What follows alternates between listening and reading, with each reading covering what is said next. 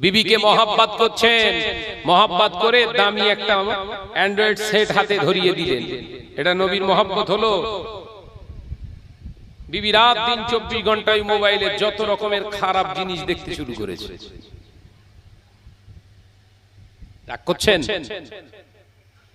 বিবিকে মহাব্বত করে বিবি বলছে, সকলের ঘরে কেবিল লাইন গেছে, আমাদেরটা লাও।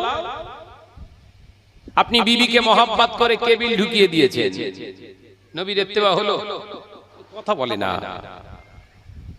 কেবিল লাইন ঢুকেছে? না, নেই বোধহয়। তাহলে তার ঢুকিনি।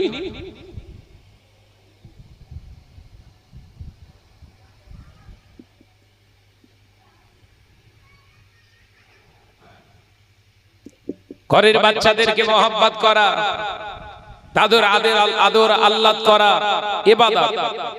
আপনার বাচ্চা আদর করে বললেন, আব্বা আমার প্যান্ট কিনে দেন, ছেঁড়া প্যান্ট, আপনি কিনে দিলেন, ইবাদত। কথা বলছেন না, সব হারাম। ছেঁড়া প্যান্ট কিনে দেওয়া কি? কথা বলেন তো, জোরে বলেন। এমনি তো ভোট আসলে খুব জোর চেল্লান।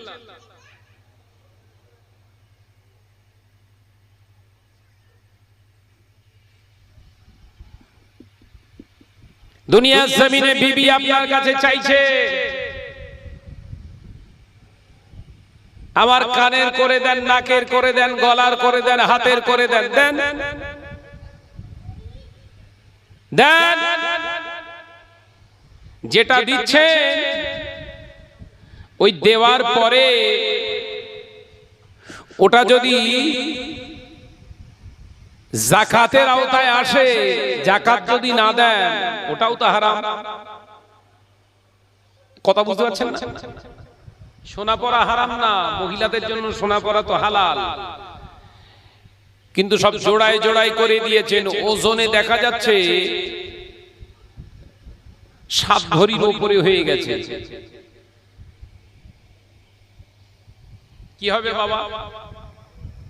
যাকাত ফরজ হবে না? হবে না? কথা বলে না। আপনি বিবিকে দিয়েছেন, যাকাত দেন না, ওটা হারাম। দুনিয়া জমিনে এগুলো খেয়াল করে আমাকে আপনাকে চলতে হবে। আল্লাহ কোরআন নাযিল করেছিলেন হাবিবের উপরে। দুনিয়া জমিনে আগে হাবিবকে পাঠালেন। দুনিয়া জমিনে আল্লাহ পাক হাবিবকে আগে পাঠিয়ে আল্লাহ পাক গোটা সমাজ সম্পর্কে হাবিবের জ্ঞান দিলেন। সমাজের মানুষ কোন দিকে চলে, সমাজের মানুষের চাহিদা কেমন, মানুষ কি করতে চায়, কি করতে চায় না, আল্লাহ নবীকে সব দেখানো হলো। আল্লাহ নবীর জ্ঞান দেয়া হলো। আল্লাহ পাক এলেম দিলেন। একটু একটু করে বয়স হলো আল্লাহ নবী, দয়ার নবী 40 বছর বয়স হলো। নবী আমার দিন ও দুনিয়ার বাদশা হাবিবুল্লাহকে, নবী জনাবে মুহাম্মদুর রাসূলুল্লাহকে সাল্লাল্লাহু আলাইহি ওয়াসাল্লামের বয়স এখন 40 বছর হয়ে গেল। আল্লাহ পাক নাযালা বিহি জিবরাইল আলাইহিস সালামকে জমিনে পাঠিয়ে দিলেন।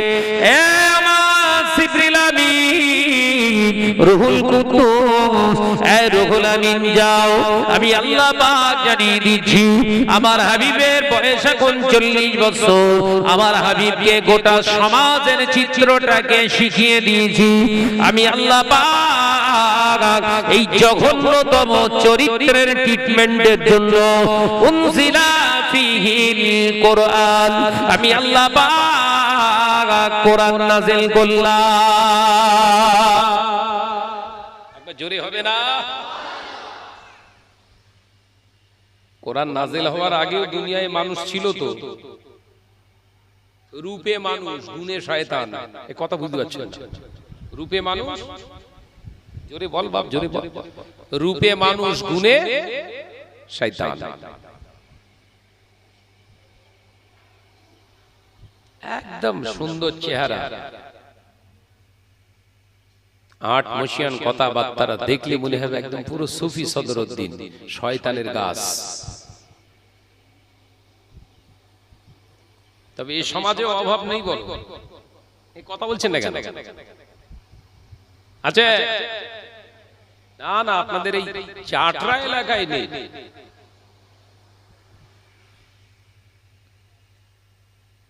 দাড়ি আছে, টুপি আছে, জুব্বা আছে, হাতে তসবিলিও গোনে, আল্লাহ আল্লাহ জিকির করে, জিকিরের মজলিস হলে গিয়ে কোনায় বসে বসে জিকিরও করে। খোঁজ নিয়ে দেখে পরের জমি ঝেড়ে দিয়েছে। না না, আপনাদের বলি। আচ্ছা বলেন, ও মানুষ না শয়তান? হজ করেছে, হজ করেছে, আল্লাহ আল্লাহ জিকির করে, আল্লাহ আল্লাহ রসুল নিয়ে থাকে, সুযোগ পেলে ক্ষতি করার চিন্তা ভাবনা মানুষের নিয়ে গোল টেবিল করে তার বিরুদ্ধে সোচ্চার হয়। এরকম ইবলিস আছে না? না। তাহলে রূপে ভালো হলে হবে? কথা বলে না। লেবাসে ভালো হলে হবে? আপনাকে গুণে গুণান্বিত ভালো হতে হবে, তবে আল্লাহ দরবারে আপনি ভালো হতে পারবেন। একবার জোরে বলুন সুবহানাল্লাহ। ও মেয়েরা, নওজোয়ানেরা, যুবকেরা, ছেলেরা, বাচ্চারা, পর্দানশীনা মা ও বোনেরা, আল্লাহ নবী দো জাহানের বাদশা হাবিবুল্লাহকে, নবী জনাবে মুহাম্মদুর রাসূলুল্লাহকে সাল্লাল্লাহু আলাইহি ওয়াসাল্লাম, আল্লাহ নবী মক্কার গোটা চিত্রটা দেখেছিলেন। আল্লাহ নবী দেখেছিলেন নারীর কোনো মর্যাদা নাই, নারী নিজের বাপের সম্পত্তির কোনো ফারায় সে পাবে না, ভাগ সে পাবে না। নারীকে অবহেলিত করে রাখা আছে সমাজের বুকে। নারী মানে ভোগের সামগ্রী। আল্লাহ নবীর হৃদয়টা কেঁদে উঠলেন। এ নওজোয়ানেরা, যুবকেরা, ছেলেরা, বাচ্চারা, আল্লাহ নবীর কান্না আমার আল্লাহ কবুল করে জানিয়ে দিলেন, হাবিব আপনি জানিয়ে দেন আপনার কাছে প্রিয় জিনিস তিনটে, আপনার কাছে প্রিয় জিনিস হলো তিনটি। এক হলো নামাজ, দ্বিতীয় হলো সুগন্ধি, তৃতীয় হলো নারী।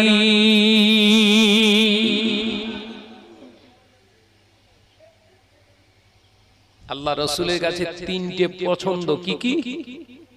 এক হলো নামাজ, দ্বিতীয় নাম্বার সুগন্ধ, খুশবু, আর তৃতীয় নম্বর, জোরে বলেন, জোরে বলেন, তিনটে জিনিস আল্লাহ রসুলের কাছে প্রিয়। নারী মানে কোন নারী? ওই কলেজে যাওয়ার নাম করে পার্কে ঘরে ওই নারী? কি কথা বুঝতে পারে না বোধহয়। নারী মানে কোন নারী? কলেজে যাওয়ার নাম করে নদীর ধারে যে ছেলে বেগানা পুরুষের রানের উপরে মাথা দিয়ে ঘুমোয় ওই নারী? ও নারী না শয়তানের কাঁড়ি?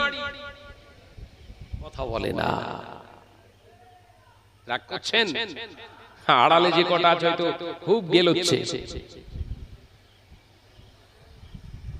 আল্লাহ রসুল বললেন, একজন আদর্শ গুণবতী সতী নারী আমি রাসূলুল্লাহ নয়, তামাম কায়নাতের ভিতরে, তামাম পৃথিবীর ভিতরে বেহেশতের একটি নিয়ামত।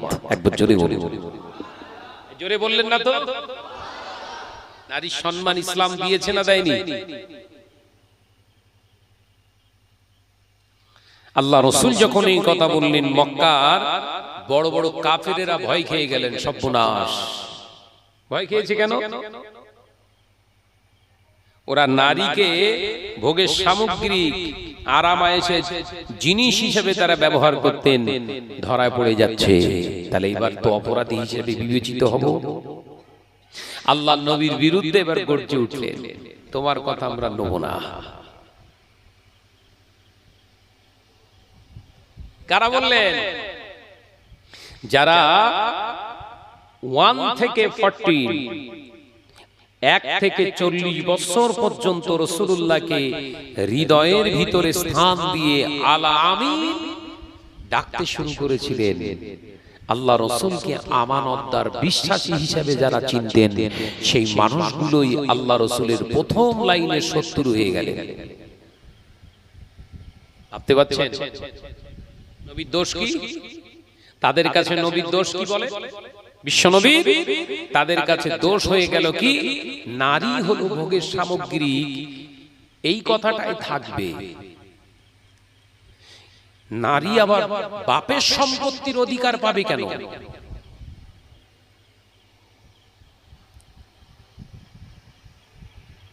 আল্লাহ নবীর হৃদয়কে বিগলিত করেছিলেন বিশ্বনবী, কাঁদতেন। কোথায় জানেন? গভীর রাত আল্লাহ নবী নিজের পাক বিবি আম্মাজান হযরতে খাদিজা রাদিয়াল্লাহু তাআলা আনহার আরাম সজ্জা পরিত্যাগ করে হুজুরের সঙ্গে আলোচনা করে একা বেরিয়ে যেতেন। গভীর রাত আল্লাহর রাসূল চলে যেতেন হেঁটে হেঁটে হেঁটে হেঁটে সেই দুর্গম পাহাড় জাবালে নূর, গারে হেরার ভিতরে, গর্তের ভিতরে, গুহার ভিতরে আল্লাহ রাসূল সিজদায় পড়ে কাঁদতেন। কাদের জন্য? এই নারীর মর্যাদা সমাজের বুকে প্রতিষ্ঠিত করার জন্য। একবার জোরে বলে, একবার জোরে বলে। সেই ঘরের মহিলাদের ইজ্জতকে আমরা ঠিকভাবে রাখতে পেরেছি? ও তো দাড়ি নিয়ে ঘুরছেন, 5 ওয়াক্ত নামাজ নিয়ে ঘুরছেন, মসজিদের প্রেসিডেন্ট হয়ে ঘুরছেন,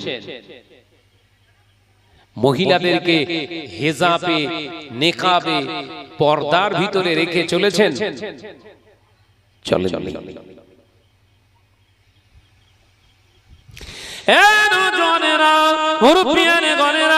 ছেলেরা, বাচ্চারা, পর্দানাশীনা মা বোনেরা, আল্লাহ নবীর এই কথা শুনে কাফেরেরা ঘুরে দাঁড়ানো। আল্লাহ নবীকে বললেন, ও হযরতে মুহাম্মদ সাল্লাল্লাহু আলাইহি ওয়াসাল্লাম, ওই কথাগুলো তুমি বলো না। আল্লাহ নবী দ্বিতীয় কথা বলেছিলেন, ও কাফেরেরা, ও কুফারে কুরাইশেরা, তোমরা আমাকে যে ভালোবাসো, 40 বছর ধরে আমাকে মহব্বত করে এসেছো, আজ কেন তোমরা আমার বিরোধিতা করো? আমি তোমাদের কাছ থেকে তো ধন সম্পদ চাইনি, তোমাদের কাছ থেকে তো চিয়া চাইনি, তোমাদের কাছ থেকে তো আমি সম্মান চাইনি। আমি শুধু চেয়েছি নারী সম্মানের জিনিস, ওকে সম্মানের জায়গায় রাখা হোক। এতে আপনাদের কেন গাটা জ্বলে যাবে বলুন?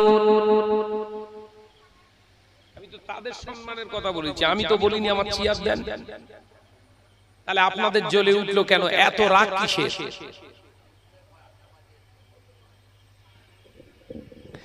ও নজরেরা, যুবকেরা, ছেলেরা, বাচ্চারা, পর্দানাশীনা মা বোনেরা, আল্লাহ নবী, দয়ার নবী, রাহমাতাল লিল আলামিনের দরবারে একজন সাহাবী আসলেন। আল্লাহ নবী সাহাবী, হযরতে আল্লাহ নবী সাহাবী, আল্লাহ নবীর জলিল কদর একজন সাহাবী রাসূলুল্লাহ দরবারে আসলেন। আসসালামু আলাইকা ইয়া রাসূলুল্লাহ, হাবিবাল্লাহ, হুজুর, আমি বোধহয় এখন মুসলমান হতে পারিনি, আমি এখনো বোধহয় ঈমানদার হতে পারিনি। ইয়া রাসূলুল্লাহ, হাবিবাল্লাহ, হুজুর, আমি ইসলাম কবুল করার আগে যত অন্যায়, যত অপরাধ আমি করেছি, ওই অপরাধের কথাগুলো, পাপের কথাগুলো আজ আমার মনে পড়ে যায়। ইয়া রাসূলুল্লাহ, হাবিবাল্লাহ, হুজুর, আমি নামাজে যখন দাঁড়াই, নামাজে দাঁড়ানোর সাথে সাথে ওই জঘন্যতম পাপের কাজ আমার মনে এসে যায়। ইয়া রাসূলুল্লাহ, হাবিবাল্লাহ, হুজুর, আমি বোধহয় এখনো প্রকৃত মুসলমান হতে পারিনি। ইয়া রাসূলুল্লাহ, হাবিবাল্লাহ, হুজুর, দয়া করে একবার আমায় বলুন, আল্লাহ কি আমার পিছনের গুনাহগুলোকে maaf করে দিয়েছেন? আমি কাহিনী বলছি না, বিশ্বনবীর হাদিস পাক বলছি, ভালো করে বোঝেন।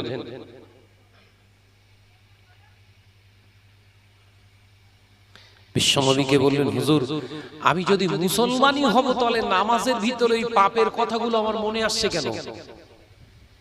আল্লাহ যদি আমায় ক্ষমাই করে দেন, তাহলে ওই গুনাহার কাজগুলো আমি মনে করছি কেন? আমার মনের ভিতরে আসছে, হুজুর, আমার মনে হয় আমি এখনো মুসলমান হতে পারিনি। আল্লাহ নবী স্তম্ভিত হয়ে গেলেন, চুপ হয়ে গেলেন। বিশ্বনবী ওই সাহাবীর নাম হযরতে বিশ্বনবীর ওই সাহাবীর নাম বিশ্বনবী বললেন, ও আমার সাহাবী দাহিয়াতুল কালবি, তুমি বলো কি এমন জঘন্যতম পাপ করেছো? দাহিয়াতুল কালবি, কি এমন জঘন্য পাপ করেছো যে এখনো নামাজের ভিতরে মনে পড়ে? ইয়া রাসূলুল্লাহ, হাবিবাল্লাহ, হুজুর যে জঘন্যতম পাপ আমি করেছি, ওই পাপের কথাটা আমি বলতে পারবো না। এত জঘন্যতম পাপ, এইরকম জঘন্যতম পাপ আমার পৃথিবীর জমিনে কেউ করেছে কি জানি না। ইয়া রাসূলুল্লাহ, হাবিবাল্লাহ, ওই পাপের কথা যে আমার নামাজের ভিতরে খেয়াল এসে যায়, আল্লাহ নবী বললেন, ও আমার সাহাবী দাহিয়াতুল কালবি, বলো বলো কি অপরাধ করেছো একটু শোনাও।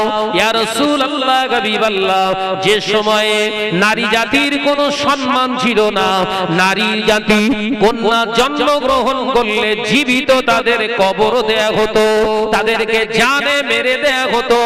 ইয়া রাসূলুল্লাহ, হাবিবাল্লাহ, এই নারীদের, এই কন্যাদেরকে হত্যা করার এই যে বিরাট চক্রান্ত হাত পাতা হয়েছিলেন, তাদের সরদার ছিলাম আমি দাহিয়াতুল কালবি।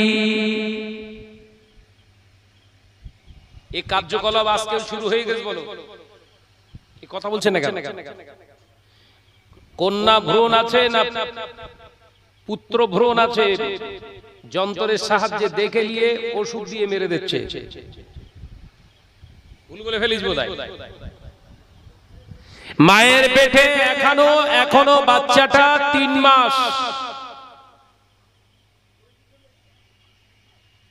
6 মাস বয়স হয়ে গেছে। বিভিন্ন ডাক্তারের সঙ্গে কলকাঠি নেড়ে পরপর 2টো মেয়ে হয়েছে, কন্যা হয়েছে, আর মেয়ে চাই না। ডাক্তার একবার পরীক্ষা করে দেখেন,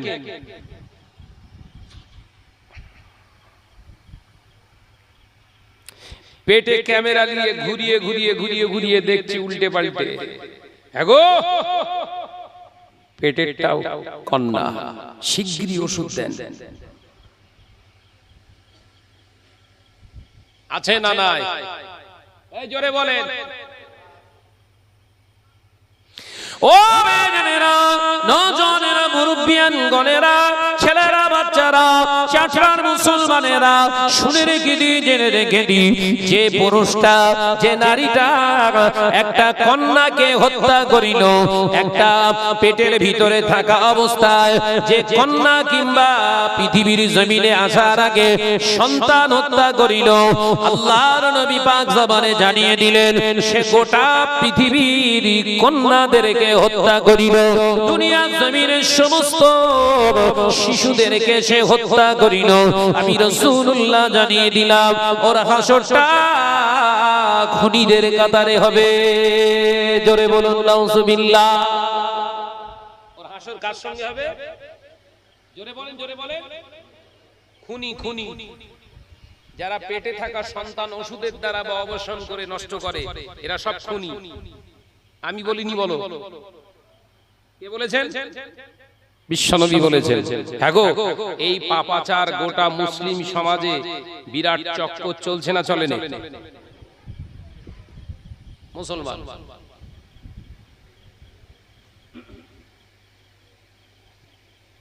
আবার সন্তান নেবে না বলে আবার লাইগেশন অপারেশন করে আসছে। লাইগেশন বোঝেন? সন্তান বন্ধ করা, সন্তানের যে নাড়ি আছে সেই সন্তানের নাড়িটাকে কেটে রেখে আসে ডাক্তার। এখন ওটা ফ্রি করছে, সরকারি তরফ থেকে বলা আছে 2টো সন্তান যাদের হয়ে গেছে, আপনারা যদি ওই লাইগেশন অপারেশন করেন তাহলে আপনাদেরকে 2000 টাকা করে দেয়া হবে, আর একটা হরলিক্সের বোতল দেয়া হবে। আছে তো? ওয়াজগুলো মেলাবেন। যারা সন্তান নেবে না, সুস্থ শরীরে সন্তান নেবে না বলে এই অপারেশনগুলো করে এসছে, লাইগেশন, এরা সব খুনি। কথা বোঝাতে পারলাম না? আমার কথা রাগ করলে হবে না, এ তো আমার কথা না, কত আর কিতাব। ইভেন ভালো করে বুঝে নেন, যারা লাইগেশন অপারেশন করেছে সন্তান নেবে না, তাই এই মহিলার হাতের কোন জিনিস খাওয়া মুসলমানদের জন্য হারাম। বোঝাতে পারলাম না? আওয়াজ যারা শুনছে, যারা করেছে, ভাই ওরা আমার সবরাসানি শুরু করেছে না করি এলাকার ই করছে তো। ফতোয়ার কিতাবে এসেছে আল্লামা রুহুল আমিন সাহেব রাহমাতুল্লাহ আলাইহি বসিরাটির হুজুর কিতাবের ভিতরে লিখছে, ওই মুসলমান মেয়েটা যে লাইগেশন অপারেশন করেছে সন্তান নেবে না বলে ওই মহিলাটা হঠাৎ যদি সংবাদ পায় ওর মা মরণাপন্ন অবস্থায় বিছান সজ্জায় শায়িত, ওই মহিলাটা শোনার পরে ছুটে ছুটে গিয়ে ওর মৃত প্রায় মায়ের গালেতে যদি ফলের রস অথবা পানি দেয়, ওই ফলের রসটা ওই পানিটা খেয়ে যদি তৎক্ষণিক ওর মা মারা যায়, ওর বাপ মারা যায়, ওর মরণটা কলেমা ছাড়া হারামি অবস্থায় মৃত্যু হয়ে যাবে।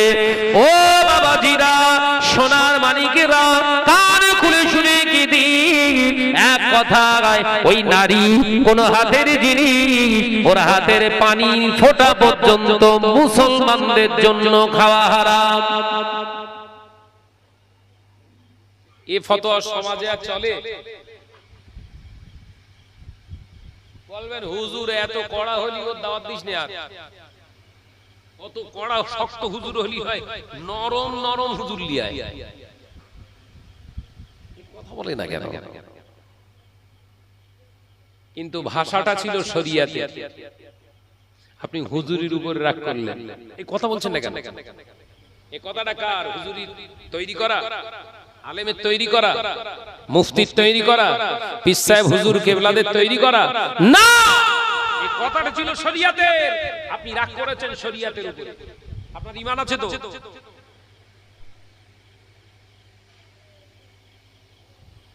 এই রকম যন্ত্রগুলো মরে যাওয়ার পরে আমরা ওর কবরে শোয়ানোর সময় পড়ি, সবাই পড়েন বিসমিল্লাহি ওয়াবিল্লাহি ওয়াফি সাবিলিল্লাহি ওয়া আলা মিল্লাতি রাসূলিল্লাহ, বিসমিল্লাহি ওয়াফি সাবিলিল্লাহ ওয়া আলা মিল্লাতি রাসূলিল্লাহ।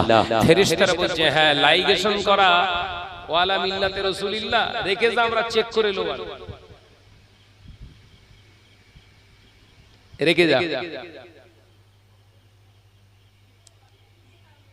আমরা চেক করে এলাম। আমাদের কাছে থার্মোমিটার আছে, থার্মোমিটারের নাম হচ্ছে মুগুর।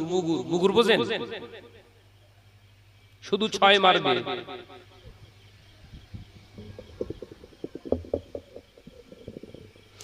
ও বেজনেরা, নজনেরা, মুরব্বিয়ান গনেরা, ছেলেরা, বাচ্চারা, পর্দানশীনা মা ও বোনেরা, আল্লাহ নবী তো জাহানের বাদশা হাবিবুল্লাহকে, নবী জনাবে মুহাম্মদুর রাসূলুল্লাহকে সাল্লাল্লাহু আলাইহি ওয়াসাল্লাম পাক জবানে জানিয়ে দিয়েছেন, ও কাফের বেঈমানেরা, আমি নারীর মর্যাদার জন্য পৃথিবীর জমিনে কথা বলি, তোমরা আমার বিরোধিতা করো না। না না, শুনে রেখে দাও, জেনে রেখে দাও, এই নারী জাতি হলো মায়ের জাত। এই মা জাতটাকে, এই নারী জাতিকে যদি সম্মান তোমরা না করতে পারো, তোমাদের অস্তিত্ব পৃথিবীর জমিনে টিকবে না।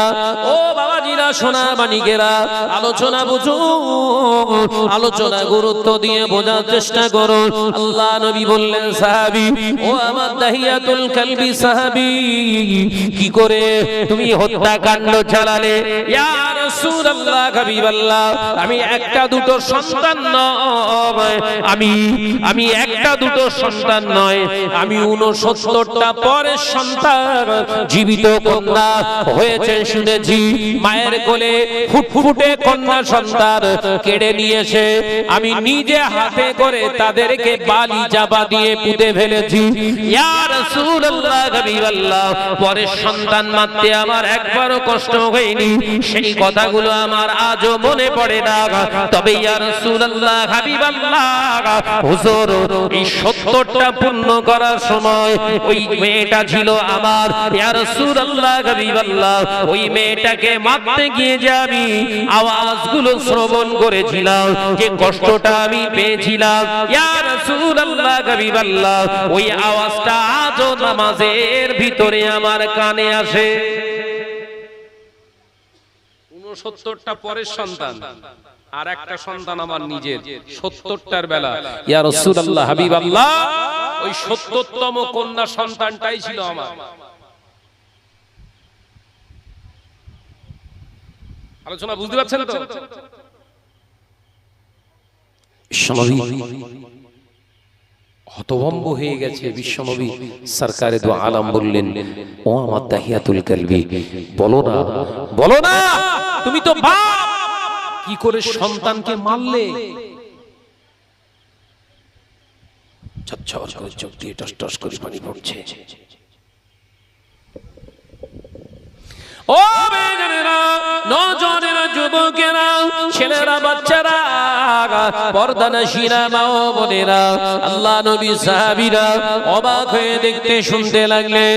আল্লাহ নবী সাহাবী হযরতে দাহিয়াতুল কলবি রাদিয়াল্লাহু তাআলা আনহু ঝরঝর করে কাঁদতে লাগলেন। আল্লাহ নবী সাহাবীকে নবী আমার দিন ও দুনিয়ার বাদশা হাবিবুল্লাহকে নবী জনাবে মুহাম্মদুর রাসূলুল্লাহকে সাল্লাল্লাহু আলাইহি ওয়াসাল্লাম আবার আওয়াজ করে বললেন, ও সাহাবী বাবা দাহিয়াতুল কলবি, বলো বাবা বলো, কি করে মারলে নিজের কন্যা, কি করে মারলে কন্যা? ইয়া রাসূলুল্লাহ হাবিবাল্লাহ সেই কষ্টের করুণ কাহিনীটা আপনি কি শুনবেন? হ্যাঁ বলো বাবা দাহিয়াতুল কলবি, আমি শুনতে চাই, আমার সাহাবীরাও শুনতে চায়, একবার বলো বলো। ইয়া রাসূলুল্লাহ হাবিবাল্লাহ হুজুর তবে বলছি আপনি শুনেন। ইয়া রাসূলুল্লাহ ইয়া হাবিবাল্লাহ আমি বিবাহ করেছি, নতুন বিবাহ করার পরে ইয়া রাসূলুল্লাহ হাবিবাল্লাহ আমার বিবিকে আমি রেখে বাইরে শাম, পারস্য, সিরিয়াতে ব্যবসার জন্য বেরিয়ে পড়েছি। ইয়া রাসূলুল্লাহ হাবিবাল্লাহ দিন চলে যায়, রাত চলে যায়, মাস চলে যায়, বছর পেরিয়ে গিয়েছে। হঠাৎ আমার বিবি আমার কাছে সংবাদ দিয়ে পাঠালেন, ওগো আমার স্বামী,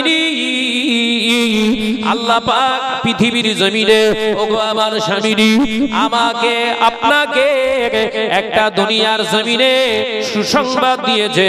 সেই সুসংবাদটা কি? আমার আপনার ঘরেতে উজ্জ্বল করে ও আলো করে একটা পুত্র সন্তান হয়েছে, আপনি বাবা হয়েছেন। ইয়া রাসূলুল্লাহ হাবিবাল্লাহ সেই আনন্দে আমি আরো কিছুদিন কাটিয়ে এলাম ব্যবসায়। ইয়া রাসূলুল্লাহ হাবিবাল্লাহ পুত্র সন্তান হয়েছে, বুকটা চওড়া হয়ে গিয়েছে, কারণ আরব দুনিয়ায় এটাই ছিল সবথেকে গর্বের। যারা কন্যা সন্তানের পিতা তারা সমাজে মাথা তুলে কথা বলতে পারত না। ইয়া রাসূলুল্লাহ হাবিবাল্লাহ আমার সন্তান হয়েছে, পুত্র সন্তান, আমার বুকটা চওড়া হয়ে গিয়েছে, আমি সেই আনন্দে আরো কিছুদিন ব্যবসা করতে লাগলাম। বিবি আমার সংবাদ পাঠিয়েছে আমার পুত্র সন্তান হয়েছে। হয়েছে কি? আসলে হয়েছে কি?